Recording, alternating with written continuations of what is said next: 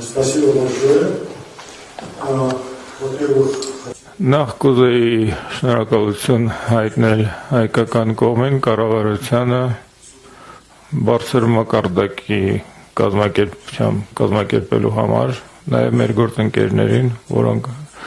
բոլոր կազմակերպչական եւ բովանդակային հարցերով էին զբաղվել։ Խաղաղության կամուրջ նախաձեռնությունը երկու խումբ է իմի բերում քաղաքասարակությունները ներկայացնող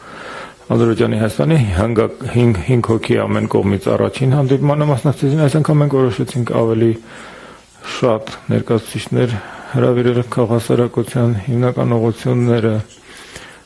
կոչված են սատարել խաղաղության օրակարգին Ադրբեջանում եւ Հայաստանում։ Մեր գործունեությունը զուգահեռ համընթաց երկու ուղղությամբ է ընթանում։ Նախ աշխատանք բուն հասարակությունների հետ, ադրբեջանական խումբը աշխատում է ադրբեջանական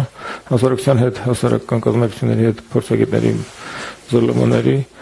եւ հայկականներ համապատասխանաբար Հայաստանում։ Երկրորդ ուղղությունը